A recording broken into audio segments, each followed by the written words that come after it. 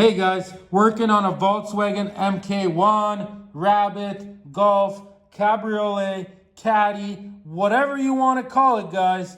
In today's video, I am going to show you how to take old gasoline out of your gas tank, or if you're dropping your gas tank, how to take the gas out. Let's get into this right away, everybody. Okay guys, so I am taking the gas out because I will be changing the gas tank, I will be changing the fuel pump, I will be changing the accumulator to get this car running smooth. I believe all that stuff is broken on mine. So the first thing you want to do here is underneath the seat here, see in the back, there's this cover. So you want to remove this cover, 3 Phillips head screws, just like that. Okay, so you pull this off. So now, see there's a plug here. Some cars have a second fuel pump in the gas tank, some don't. In my particular case, there's no pump in there. So you unplug that. We're gonna break these 2 clamps. First of all, they're loose. Look, I can spin them. We're gonna disconnect these 2 hoses, guys. But what you're gonna do is we're gonna label them. So like we're gonna put passenger side, driver side, so later we don't mix them up. So I'm gonna disconnect these hoses now.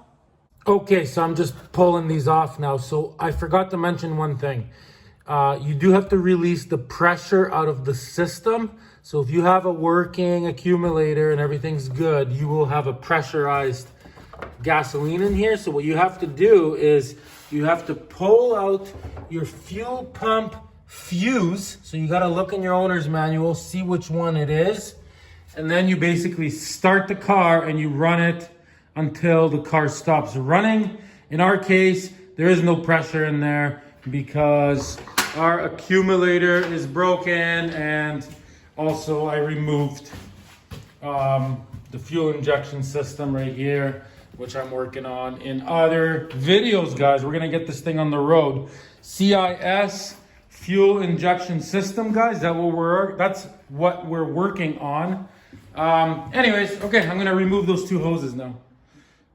Okay, so now here comes the very important part, guys. So a lot of times you'll see guys like you have to turn this counterclockwise to be able to get it out, right? So a lot of times you'll see guys grab a screwdriver and go like this and then hammer it, right, to spin this.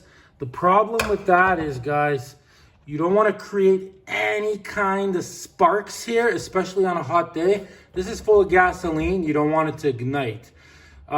If you absolutely can't get it off, I mean, you could use a piece of wood, put a piece of wood in, and then hammer that. Less chance of making spark that way, right? Also, grab some WD-40 and like cake everything in WD-40. So that way, you can't really have a spark if everything is wet, right? But in our case, this thing doesn't seem to be seized, so I can just turn it with my hands, ready? Just like this. There it goes, right? And then we're just gonna pull this thing out.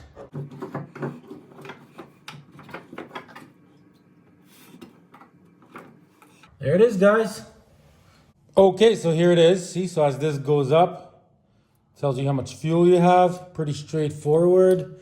One of these is a return line. One of these is a pickup line. I feel like there might be some kind of screen missing.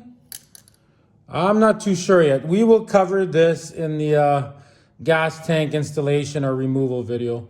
Anyways, okay, let's move on.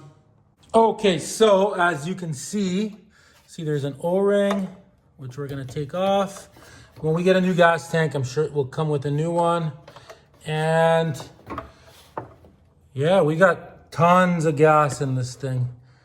And it's rusted like you wouldn't believe. So it is time to pull it out. And see, that might be that screen that I was talking about. Something's there. Anyways, okay, let's start draining the gas. Okay, just before we start pumping the gas out, I'm just kind of looking at this. Is this the second pump? I really don't know. Okay, so now you're gonna need a jerry can, and you're gonna need a pretty long hose like this. So what you're gonna do is You're gonna put this in here. Get it? As long as the whole hose is submerged underneath the fuel. So you keep putting it in, putting it in. It's gotta be pretty long, right? You put it in, basically all the way. See, so it's in there, it's submerged in the fuel. And then all you do is you put your finger on this, bring it over, and gravity will do its thing. So there it is. It's coming out. So now all I'm gonna do here is I'm just gonna make sure that that hose is right at the bottom of the tank. Just like that. Put a piece of wood on it, and that's probably gonna take about 20 minutes to drain, guys. So I'll see you in 20 minutes. Okay, guys, so that totally worked. Look at that, we got no gas left in there. OMG. Definitely time for a new gas tank. Okay, so I mean, you also could have used a electric 12 volt fuel pump. You could have used. I actually just realized I had one and I could have used it. See, it looks like this. You just hook it up to a car battery. Make sure it's for fuel, obviously. Could have used that. And then there's also like handheld ones you pump up. Don't use your mouth and suck on it like they do in the movies. You don't want to get gasoline in your lungs, guys. So anyways, just to wrap this video up here. So I did pull this out of the gas tank. I used like tweezers to get it out. So this is a filter, see? So this attached to that. And now that I look at this whole contraption, guys, I'm realizing that my car does have a little pump inside of the gas tank. And yeah, I could probably clean this and reuse this, but think of all the gunk that's inside of this motor and the high pressure motor underneath the car in front of the wheel. And when I say motor, I mean fuel pump, right? So I'm probably gonna have to change that fuel pump, the other fuel pump, and everything.